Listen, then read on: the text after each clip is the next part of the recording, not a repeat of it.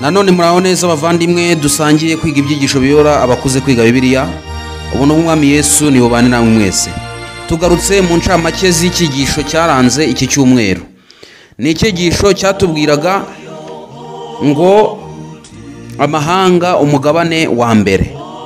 Amahanga umugabane wa mbere. Iki cyigisho cyari gishingiye muri Daniyeli igice cya 7 ku murongo wa 14.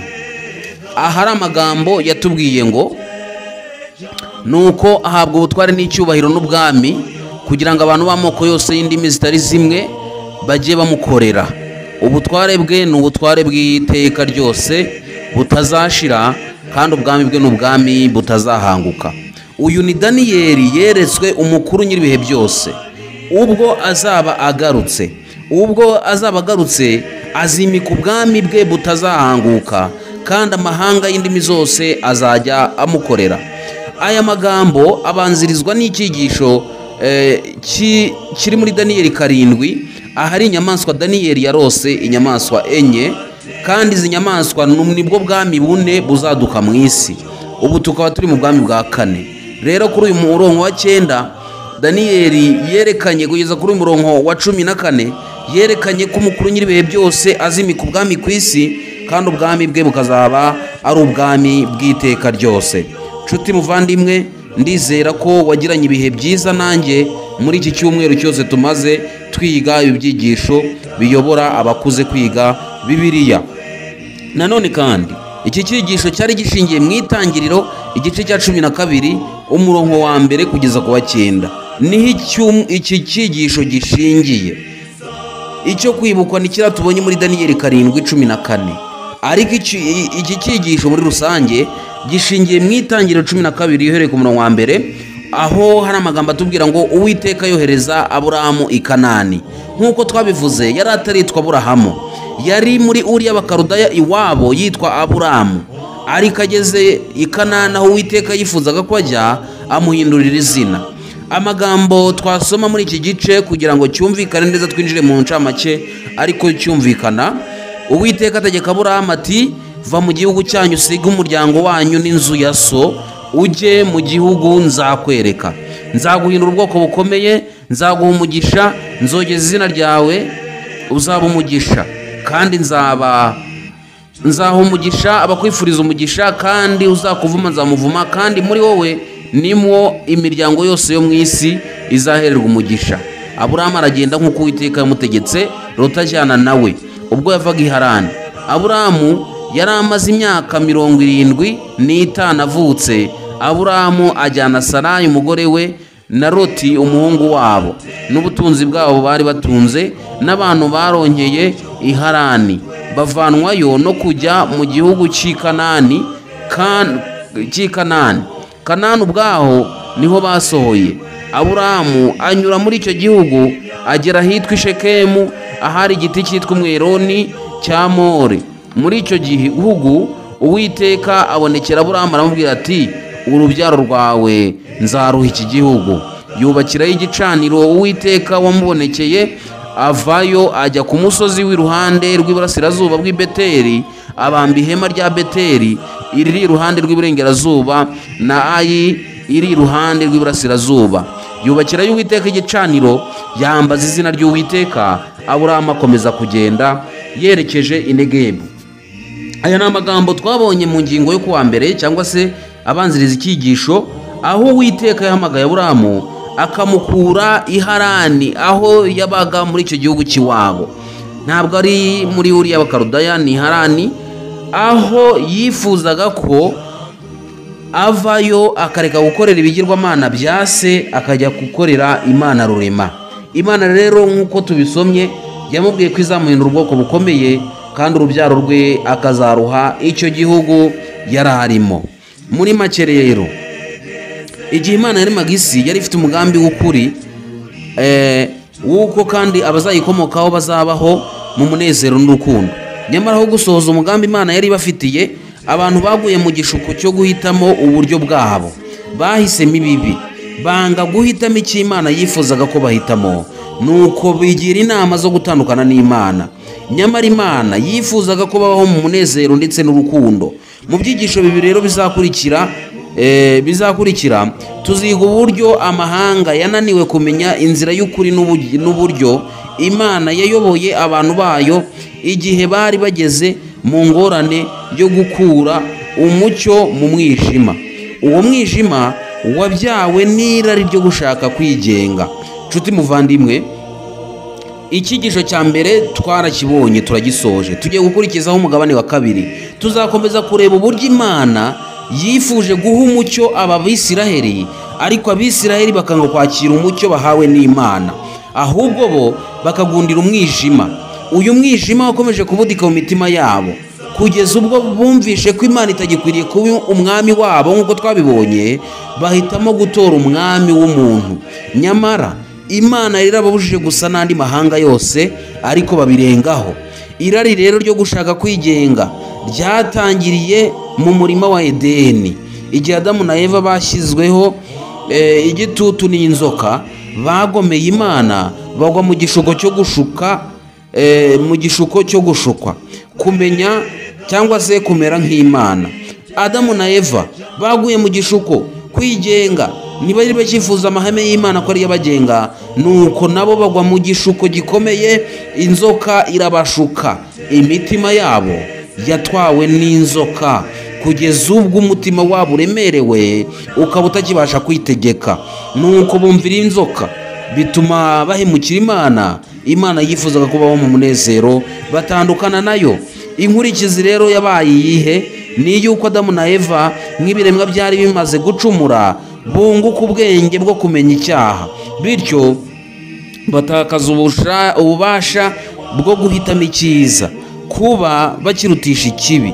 Iyo bari bagifite amahirwe yo kumenya gutandukanya icyiza n'ikibi batarakora icyaha, ariko bakimara kurya ku giti Uwiteka Imana yari yarababujije, bahise bahinduka nk'imwe yo muri twe, nk'uko mu Itangiriro igice cya 3 umurongo wa 22 habivuga. Bamenya ikibi, nyamara Imana ntabwo ariko yifuzaga. Hanyuma amateka rero ya mbere y'ikiremwa muntu, abantu b'Abisirayeli bahisemo kuzamura umuturirwa kugira ngo bagere ku muryango w'ijuru, bagera ku Mana. Bifuzaga kujya mu mwanya w'Imana, nk'uko tubisanga mu Itangiriro igice cya 11 umurongo wa 1 kugeza ku wa 4. Ariko abubatsi b'Abisirayeli baguye mu rujijo kubera ibyo bari bagambiriye gukora. Uwiteka Imana abatatanyiriza hirya no hino ku isi. Uko ubugome bwakomezaga kugwira, abantu benshi bagakomeza kugwiza ubugome, byatumye bageraho bumva ko bakwiriye kubaka umunara bakazamuka bagasanga Imana mu ijuru. Byaturutse ku gitekerezo cy'uko bari bamajije kurya ku giti kimenyekanisha ubwenge. Nuko aba bantu bigiriye inama, baravuga bati tubatse twazamuka tukagera ku ijuru. Nyamara Imana yo mu ijuru yidasobwa irebera ibintu mu Itangiriro yarabaretse barubaka. Bageze hagati, nuko indimi zabo zirabusana, umwe yatuma umuntu ikintu ntaba ari cyo azana, bituma aba bantu batangira gusubiranamo.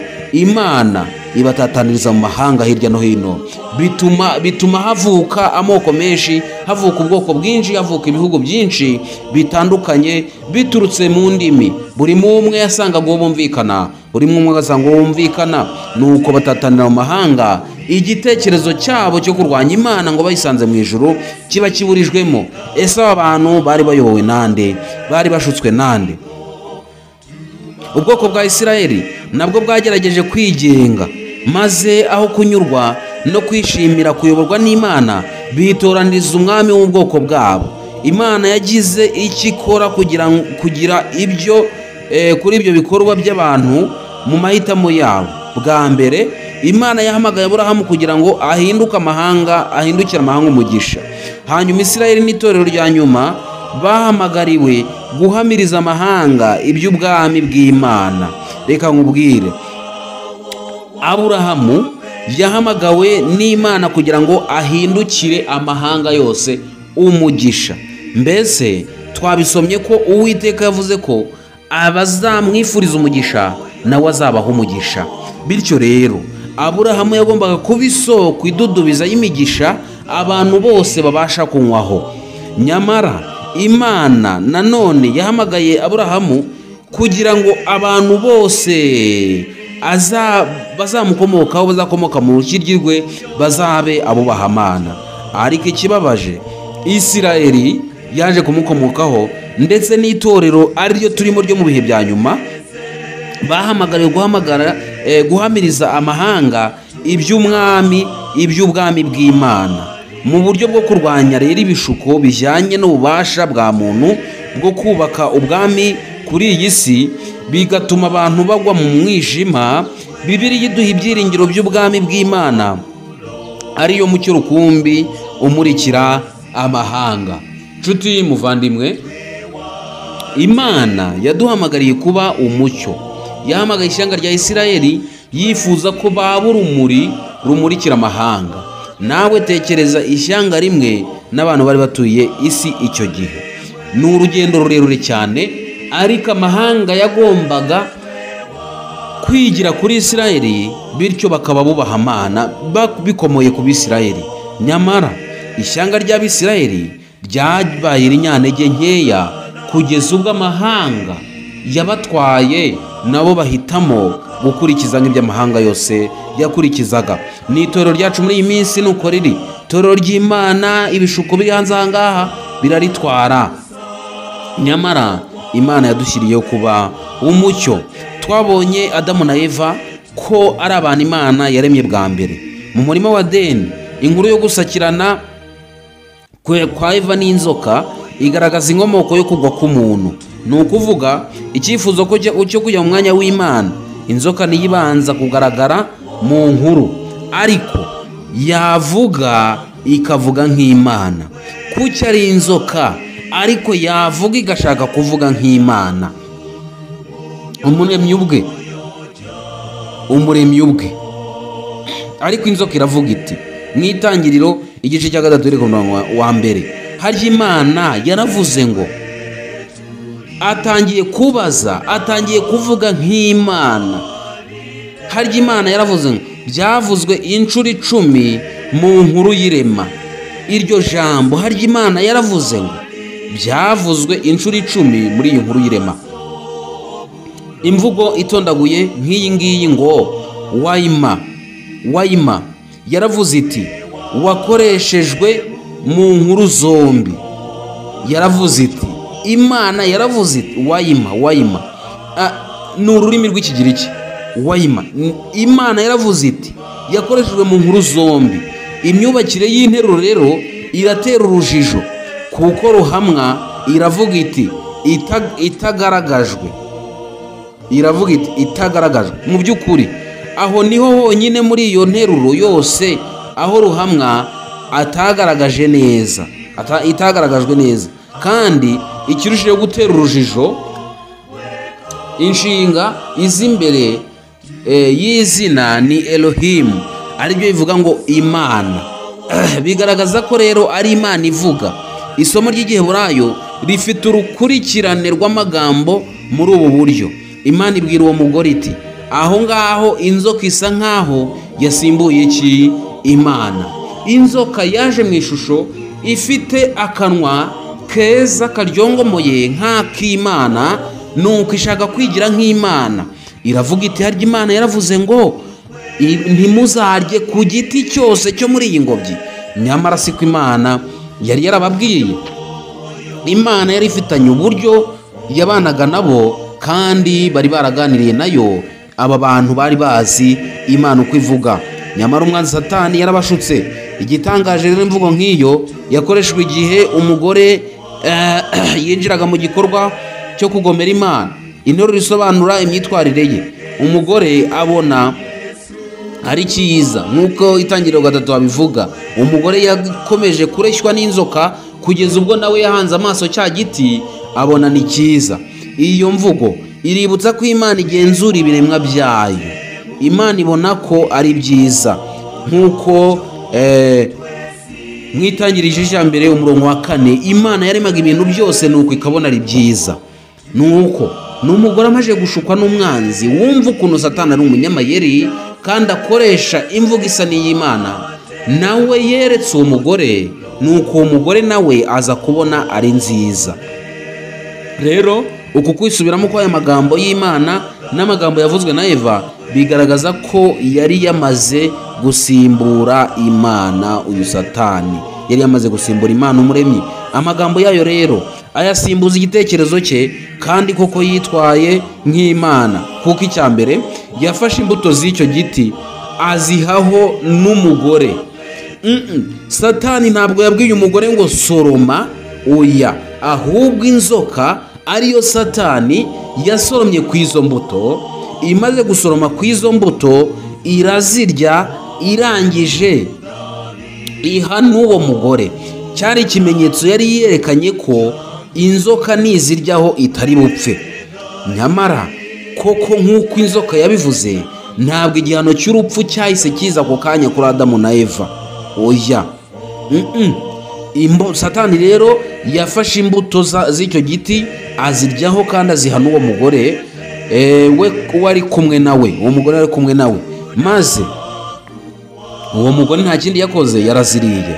Izo nshinga eshatu rero ziciyeho umurongo nk'uko tuzibona haraguru, ari ivuga ngo yafashe, indi azihaho, iya gatatu arazirya. Izo nshinga uko ari eshatu ziciyeho umurongo ziri muri iyo nteruro zari zifite aho zihuriye n'Imana umuremyi, kuko Imana yatanze ibyo kurya, Imana yatanze ibyo kurya, nuko Satani nawe arafata. Uwiteka Imana ijyana wa muntu, umva, Imana yajyanye wa muntu, kandi Uwiteka Imana imukuramo. Izi nshinga zirasa neza rumwe mu rubavu. Eva yisanishije n'Imana umuremyi, ikindi ashyira itegeko ku mugabo we Adamu. Yamushyizeho itegeko ry'uko nawe yagombaga kugira gute, kuryaho. Nyuma yaho rero bombi Adamu na Eva bari kuzagerageza kongera gusimbura Imana igihe bamenyaga ko bambaye ubusa. Isomo ryo muri Bibiliya ritubwira ko biremeye ibicocero, si byose. Isomo niko ritubwira Itangiriro 3:7.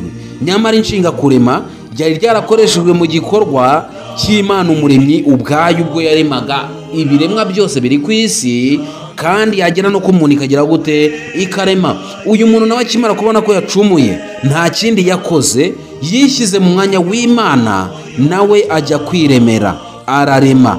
Nuko arema ibicocero. Rero inshinga kurema ryari ryarakoreshejwe mu gikorwa cy'Imana umuremyi. Itangiriro 2:2 ndetse n'andi masomo ushingiye kuri iyo gice cya mbere cy'Itangiriro ndetse n'igice cya kabiri ku murongo wa 2 aho Imana yaremaga umuntu ndetse irema n'isi n'ijuru nk'uko Itangiriro igice cya mbere bibitubwira.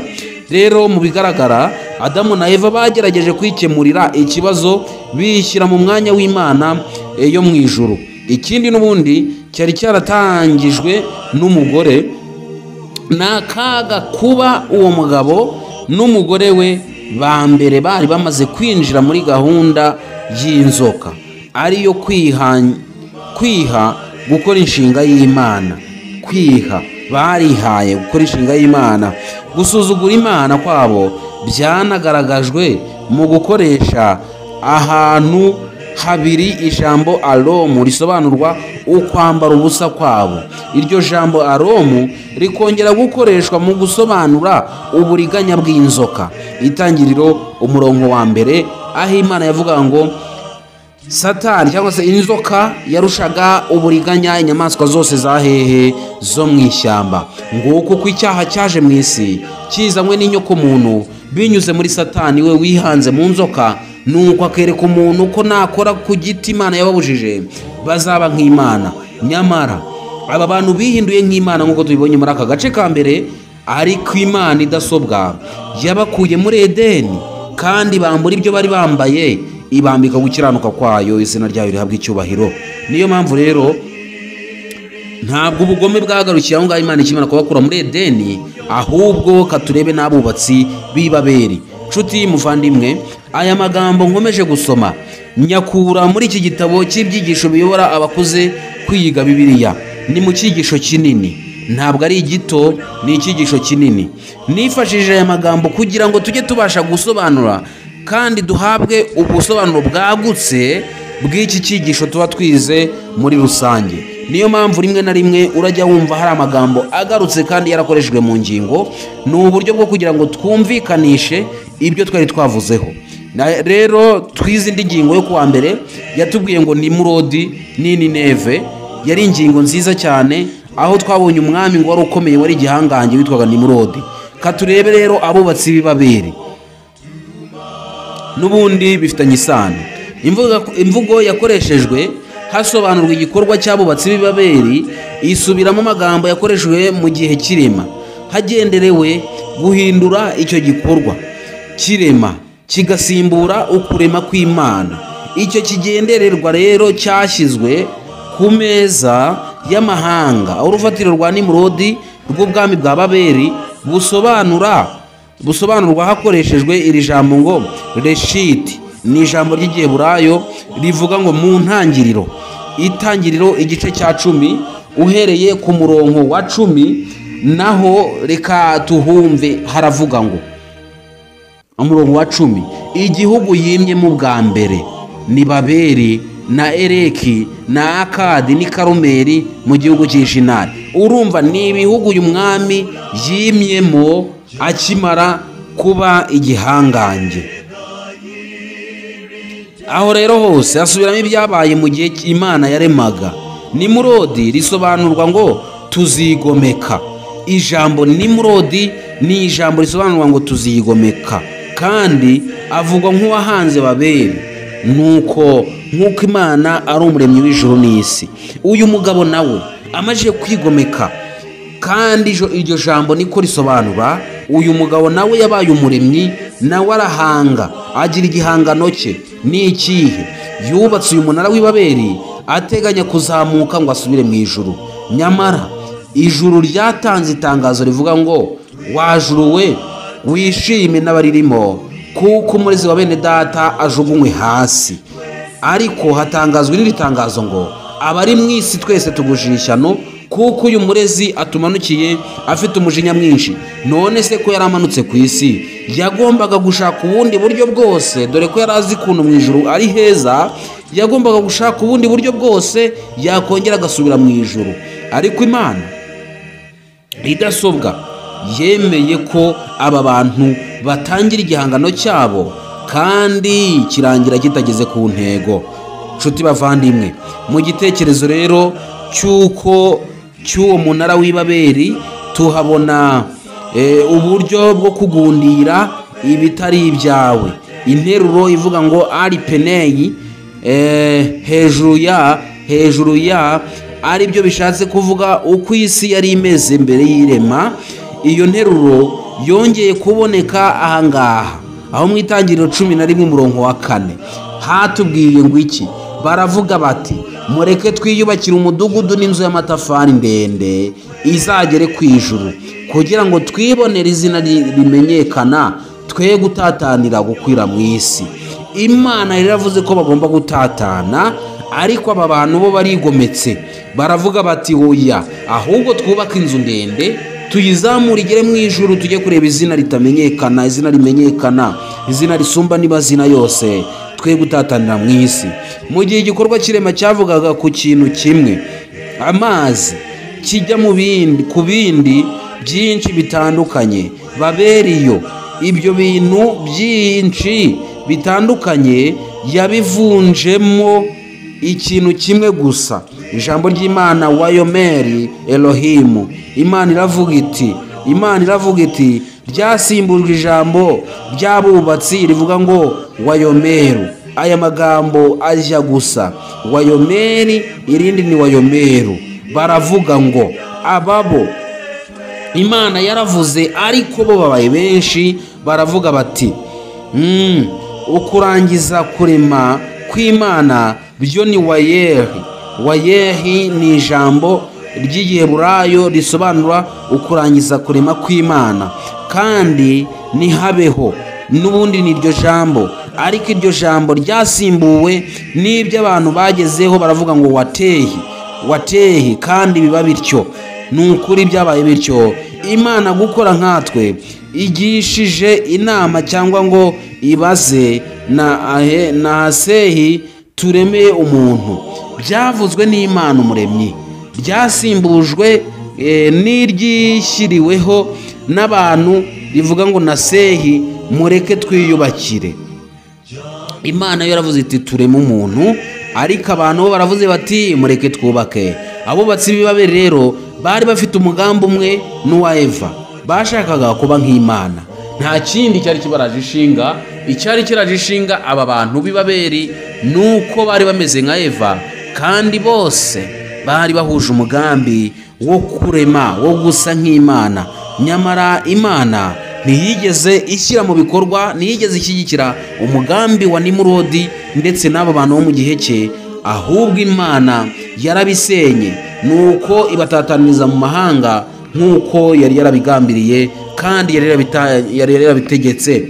Adamu akimara gusohorwa rero mu murima wa Edeni, habayeho kugenda no gushakisha nk'uko twabibonye, kandi bagombaga kurya bavunitse kuko imirimo yabo y'amaboko ariyo yagombaga kubatunga. Nshuti muvandimwe, urwo rukurikirane, urwo ruhererekane rw'abo bantu babi cyane bakomeye nibo Aburahamu yavukiyemo.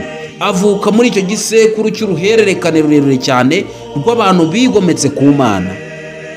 Ariko se nubwo byari bimeze bityo, abantu bubaha Imana bari bahari, izina ry'Uwiteka rishimwe.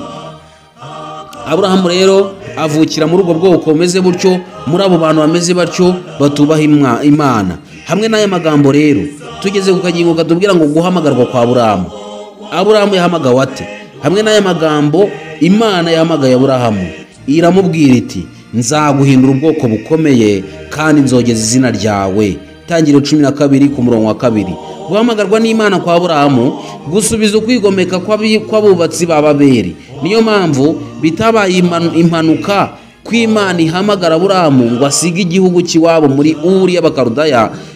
Biratangaje ko umujyi w'Abanyashinari wa kera ariwo uri uherereye mu karere ka Babuloni gafite aho gahurira n'ibyabaye Babeli. Aba bantu Aburahamu yahamagariwe ari mu gihugu cya Uri y'Abakaludaya nk'uko twakomeje kubivuga. Ariko aba bantu, iyi mvugo ifite aho ihuriye n'abantu b'i Babeli, kuko nubwo uyu mujyi w'Abanyashinari wari uri muri Uri ya kera, ahangaha hari mu karere ka Babuloni. Kuba rero Aburahamu yarumvise umuhamagaro umubwira kuva aho ahantu huzuye iby'urwibutso rw'iby'Ababeli, birumvikana kandi ntibigomba kudutangaza, bidatewe gusa n'imiterere y'amateka n'icyerekezo cy'aho hantu, ahubwo binatewe n'ingaruka zaho mu by'iyobokamana. Kuva ku irarika ry'ijwi rirenga ry'abahanuzi kugera ku kwinginga kw'ijwi rivugira mu byanditswe byera, irarika mvajuru ryo gusohoka muri Babuloni, izina ry'ikigiriki ry'Ababeli rifite amateka maremare y'iyobokamana. Nshuti muvandimwe, iki cyigisho gikomeje kuduhishurira andi magambo tutari dufitiye ubusobanuro. Urugero, batubwiye ko Nimurodi bisobanura iki? Bisobanura ko ari abantu bagomba kwigomeka, bakigomeka ku Mana. Ariko n'irindi jambo tubonye ritubwiye ko Aburahamu Imana yamuhamagaye muri ubwo bwoko bumeze butyo, bupfuye, budafite icyerekezo, budafite ibyiringiro ku Mana ishobora byose. Nuko irabuhamagarira ababwira iti Aburahamu sohoka mu bwoko bwawe, uzuge mu gihugu nzakwereka. Iri jambo Babeli ritubwiye ko ari ijambo ry'ikigiriki, ariko ritubwiye ngo bwoko bwanjye nimusohoke. Musohoke hehe? Ni ugusohoka muri Babuloni, ni ugusohoka muri urwo rudubi, ni ugusohoka mu kwifatanya n'ibyaha byose bikorerwa mu isi. Aburahamu yitabye umuhamagaro w'Imana, nawe urasabwa kwitaba umuhamagaro w'Imana. Iryo jambo rero ry'ikigiriki rifite amateka maremare y'iyobokamana dusanga mu mvugo ya Bibiliya. Urugero, iyo dusomye mu gitabo cya Yesaya, umuhanuzi w'Imana Yesaya yanditse amagambo akomeye, amagambo ateye ubwoba, amagambo meza cyane dusanga mu gitabo cye cya Yesaya mu gice cya 48 ku murongo wa 20. Ku murongo wa 20 hari amagambo atubwira ngo nimuve i Babuloni muhunge muve mu Bakarudaya, muvuge ibi, mubibwirize, mubyamamaze, bigere ku mpera y'isi, mubivugishe ijwi ry'indirimbo muti Uwiteka acunguye umugaragu we Yakobo. Haleluya. Nshuti bavandimwe, Uwiteka nuko nguko abwiye, nimusohoke muve muri Babuloni. Iri jambo rifite amateka y'iyobokamana dusanga mu mvugo ya Bibiliya. Ibyahishwe 18 ku murongo wa 4 ho hari amagambo atubwira ngo iki? Nshuti bavandimwe, ibi byigisho ni bidufasha mu gukomeza kwiga Bibiliya. 18 umurongo wa 4 numvira irindi jwi rivugira mu ijuru riti, bwoko bwanjye nimusohokemo kugira ngo mwe gufatanya n'ibyaha byawo, mwe guhabwa no ku byago byawo. Aya magambo yabwiwe Aburahamu ava muri Uri y'Abakarudaya aza gufatanya n'Imana guhinduka ubwoko bukomeye. Iraruka mvajuru rero nirisobanuye gusa ugucungurwa kwa Isirayeli bakabaturwa mu mibereho y'ubunyage, kimwe no gukomererwa no gukomorerwa kw'ishyanga rya Isirayeli rigasubizwa mu gihugu cy'isezerano, ahubwo rinakubiyemo ukugaruka kw'isezerano. Ese Kristo nagaruka azasanga kwizera kukiri mu isi? Ese ko agiye kugaruka azasanga abana b'Imana barasohotse muri Babuloni? Reka buri wese ahawe amahirwe yo kwisubiraho. Ninjye nawe ngo twisubireho twumve icyo Imana idushakaho. Abubatsi ba Babeli rero bashaka kubaka izina ryabo rikamenyekana, maze ishyanga ryabo ry'umwihariko rikamenyekana ku isi yose. Ariko Imana yonyine niyo ituma ishyanga runaka rikomera. Bifuje kuwubaka ngo bamenyekane, ariko Imana rukumbi niyo ituma ibintu byose bikomera. Umugambi wabo rero wapfuye ubusa, kandi iryo shyanga Imana imaze kurikomeza rikagira umwihariko waryo kandi rikamenyekana, rigatandukana n'ayandi mahanga. Igitangaje, inshinga kurema ni iryo jambo ry'urufunguzo rigize gahunda y'irema, aho riboneka inshuro 7, aho Imana ariyo ruhamwa, ari ivugwa mu Itangiriro igice cya mbere umurongo wa 7, Itangiriro 15 n'umurongo wa 16, wa 25 ndetse na 26. Tukabisanga no mu Itangiriro igice cya 2 aho tubisangamo inshuro 2. Iyo rero iyo nshinga ni nayo yakoreshejwe inshuro 3 zose zasobanurwa igikorwa cy'abubatsi cya Babeli, aho tubisanga mu Itangiriro igice cya 11 umurongo wa 4 n'uwa 6, tubisangamo inshuro 2, kandi imwe muri izo mu buryo bw'umwihariko ifite aho ihurira n'izina ryabo. Itangiriro 11 ugasoma ku murongo wa 4, Babeli yahagaze mu mwanya w'umuremyi. Ihamagarwa rya Aburahamu rigarura icyubahiro cy'Imana. Imana yonyine nk'umuremyi niyo ishobora kurema by'ukuri, kandi Imana yonyine niyo ishobora kubaka izina. N'ubundi izina ryonyine ni ry'Imana, niryo rivugwa ko rikomeye. Yosuwa yarabihamije mu gitabo cya Yosuwa igice cya 7 ku murongo wa 9. Yosuwa igice cya 7 ku murongo wa 9, Yosuwa yavuze ngo iki?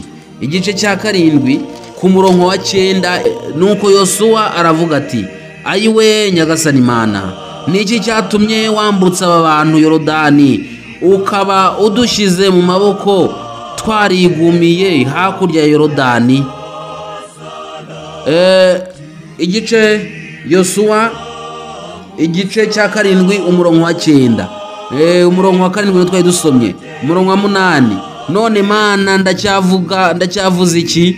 Ubwo Abisirayeli bahawe ibitungu ababisha babo, ubwo Abisirayeli bahaye ibitugu ababisha babo, abo banyakanani nabo mu gihugu cyose n'ababyumva bazatugota, bazimanganye amazina yacu mu isi. None se izina ryawe rikuru uzarirengera ute?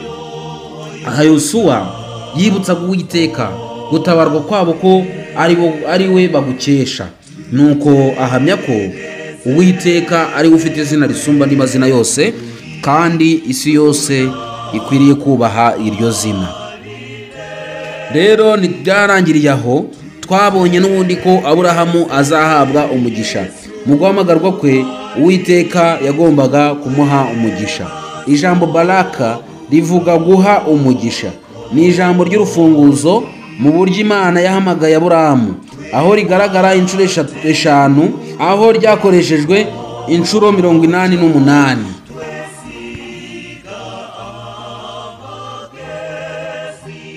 ugereranije n'inshuro 356 ahasigayeho muri Bibiliya y'Igiheburayo. Ingingo rero y'Igiheburayo ivuga umugisha rikunze gukoreshwa mu cyerekezo cyo kororoka. Tangiriro igice cya mbere murongo wa 21 ndetse na 23. Niyo mpamvu rero guhamagarwa kwa Aburahamu kwahinduye ingengabitekerezo ya Babeli. Ibinyuranije n'iby'abubatsi b'i Babeli banze gukurikiza gahunda y'Imana y'irema kugira ngo barokore bagwire, umugisha wa Aburahamu ugarura imbaraga z'irema n'isezerano ry'ahazaza. Urumva ko ni ibintu byiza cyane. Mu gihe rero urufatiro rw'abubatsi b'i Babeli rwari rushingiye kuri ubwo bwoko, umugisha wari kuzahabwa amahanga wari kuzanyura mu mugisha Imana yari kuzaha Aburahamu. Impamvu rero y'ingenzi yo kugira ngo uwo mugisha uboneke yari ishingiye ku byari kuzaba mu mateka byari bitegerejwe. Muri wo nimwe imiryango yose yo mu isi izahererwa umugisha, nk'uko Imana yabibwiye Aburahamu mu Itangiriro 11:3. Interuro ibanziriza iryo somo rero muri wowe bisobanuye mu rubyaro rwawe cyangwa binyuze mu rubyaro rwawe. Bishatse kuvuga ko atari muri Aburahamu imigisha izaturukaho, ahubwo ni mu rubyaro rwe, ari rwo rubyaro rwari kuzakomokwamo Mesiya, nk'uko mu Itangiriro 3:15 habivuga. Nzashyira urwango hagati yawe n'uyu mugore no hagati y'urubyaro rwawe n'urwe, ruzakugirira gutya nawe uzarugirira gutya.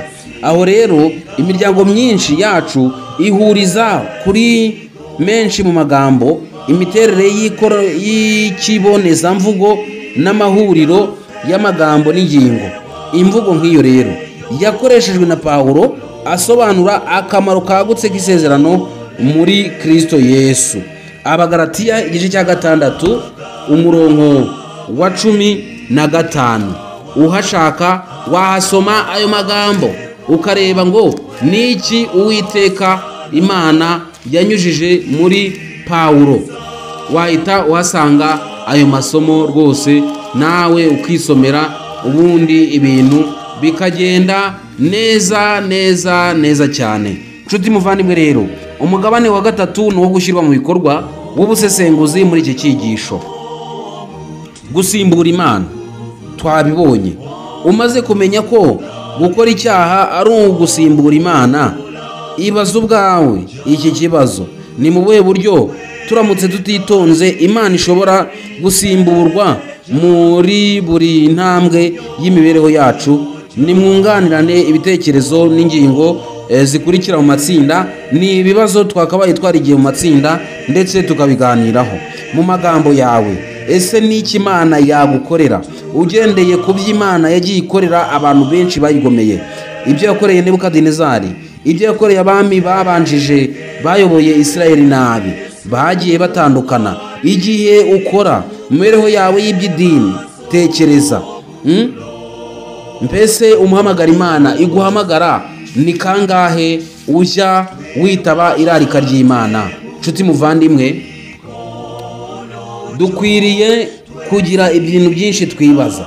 Ellen White yaranditse ngo mu ntambara ikomeye ku ipaji 38 kugeza kuri 39, ayo mayoberane y'ubugome yatangiye rwihishwa kandi bucece, maze nyuma agenda arushaho gukora ku mugaragaro. Uko yagendaga agwiza imbaraga kandi yigarurira ibitekerezo by'abantu, buhoro buhoro yakomeje umurimo wayo w'ubushukanyi wo gutuka Imana. Uwo ni Satani. imigenzo ya gipagani yinjiye mu itorero rya gikristo mu buryo busa n'ubutagaragara. Akarengane itorero ryagiriwe n'abapagani katumye hashira igihe abakristo badafite umutima wo kudohoka ku kwizera kwabo ngo bifatanye n'abapagani kandi ngo bigane imigenzo yabo. Nyamara aho akarengane karangiriye maze ubukristo bukagera no mu ngoro z'abami, itorero ryaretse kwicisha bugufi no kwiyoroshya kwa gikristo n'intumwa ze, maze rikurikiza kwishyira imbere n'ubwibone by'abapadiri n'abayobozi b'abapagani, kandi mu cyimbo cyo gukora ibitegetswe n'Imana rikurikiza inyigisho n'imigenzereze byahimbwe n'abantu. Kwihana bya Nyirarureshwa kwa Constantine kwabaye mu ntangiriro z'ikinyejana cya 4, imyaka 400, kwanejeje abantu cyane, maze ingeso mbi z'isi zihera ko zinjira mu itorero ziyoberanije zisa n'ubutungane. Ubwo konona itorero byariyongereye kandi bikorwa vuba cyane. Ubupagani bwasaga n'ubwatsinzwe, ariko nibwo bwatsinze. Bwari bwaratsinzwe kubera ko abana b'Imana bari bafite guhishurirwa kandi barabibonaga, ariko Satani yongeye gufata ubupagani bwabo abwambika ishusho y'uruhu rw'intama, bituma abana b'Imana amaso yabo adahweza neza. Nuko ubu uyu muco wa gikristo winjira muri bo, nabo bagira ngo ni abantu b'Imana bafatanije, ariko ni Satani wari wiyambitse uruhu rw'intama. Bituma rero ubwoko bw'Imana bwongera butsindwa n'uburiganya bwa Satani. Nuko ubu bwoko ubupagani bwasaga n'ubwatsinzwe, ariko nibwo bwatsinze. Imikorere yabwo niyo yategekaga itorero. Inyigisho zabwo, imihango yabwo ndetse n'imigenzo yabwo ishingiye ku kwizera imbaraga z'ubupfumu byinjiye mu myizerere no mu misengere y'abiyitaga abayoboke ba Kristo. Nuko itorero ryongera kwatakwa n'imigenzo ya gipagani, bituma abana b'Imana bateshuka. Mu magambo rero, mu murongo w'ikibazo cyabajijwe ku iherezo ry'icyigisho cyo kuwa 4, icyo kibazo twarakibonye.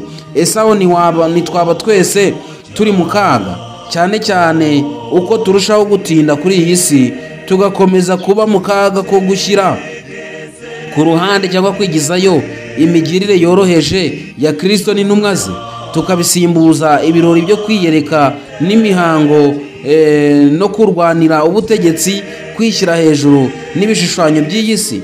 Niba dutekereza ko bitaturiho, twaba dushaka kwigira abapfapfa. Nshuti muvandimwe, ibibi birakomeza kutwiyongeraho, natwe tukagira isano isa nabyo. Nyamara Imana ntiyaduhamagariye gusa dutyo. Nshuti muvandimwe, dukwiriye guhindura icyerekezo. Aho turi, aho tugenda, bakabona ishusho y'Imana muri twe. Icyo kibazo cyaratubazaga ngo mu muco wanyu bwite, mukibuke neza, cyaratubajije ngo mu muco wanyu bwite no mu baturage banyu, ni mu buhe buryo ibigeragezo nk'ibyo bibasha gucogoza urufatiro rw'ukuri ko kwizera kwacu. Twarakibonye, ibigeragezo ducamo nubwo ari byinshi cyane ntibigomba gucogoza kwizera kwacu. Tugomba kuba abana beza b'Imana, bashimwa nayo, bafite indangagaciro za gikristo, kugira ngo abatubonye badusoromeho imbuto. Imana yahamagaye Aburahamu ngo imukure muri Uriya b'Abakaludaya. Yifuzaga ko urubyaro rwa Aburahamu ruzakomokwaho n'amahanga menshi cyane kandi bakabona umugisha. Nyamara icyo Imana yifuzaga, n'ubundi Satani yakomezaga kubiba imbuto mbi mu bantu b'Imana, bigatuma kwizera gukomeza kugenda gucogora. Ariko urufatiro rw'Imana ruracyahari, kandi rwanditseho amagambo atubwira ko Uwiteka azabe. Ni wowe nanjye rero, ngwino mu murimo, ngwino dufatanye n'Imana. Ubwo Kristo agiye kugaruka azatwikira mu bwami bwe. Iki cyigisho cyabaye icyigisho cyiza cyane, cyabaye icyigisho kiryoshye, cyabaye icyigisho cy'indashyikirwa, cyabaye icyigisho cyaduhishuriye umugabane wa mbere w'amahanga. Aya mahanga ya Babeli, aya mahanga Aburahamu yavukiyemo, aya mahanga yakomeje guturamo, aya mahanga yagejeje ku gihe cya Mose, aya mahanga yagejeje aho ishyanga rya Isirayeli ritaha, ariko rikitorera undi mwami. Aya mahanga yagombaga kumurikirwa n'umucyo w'Abisirayeli. Reka twebwe abariho none duhinduke imuri zimurikira isi. Ni ukuri mu cyigisho tugiye kwiga cya kabiri kitubwira ngo nanone amahanga ariwo mugabane wa kabiri, nje nawe tuzabe abana b'Imana kandi biteguye ubwami bw'Imana ubwo Kristo agiye kugaruka. Nje namwe tuzibone mu mubare w'abatahajuru. Nuko iby'Imana ishima kandi ikunda ari byo bikomeza kutubaho. Nshuti ukomeje kubana natwe muri ibi byigisho, reka ubuntu bw'Umwami Yesu bubane nawe kandi Imana iduhe guhinduka rwose. Nje nawe va bidatinze ubwo Kristo agiye kugaruka tuzibanire mu bwami bwe. Niba hari iki cyigisho cyagusigiye, byo byandika muri komenti. Niba hari igitekerezo ufite cy'ibyo twavugurura muri ibi byigisho, jya ubyandika muri komenti kugira ngo imigisha izaguturukaho n'abandi babireba bajye bayibona kandi ubuntu bw'Umwami Yesu buzabane nawe.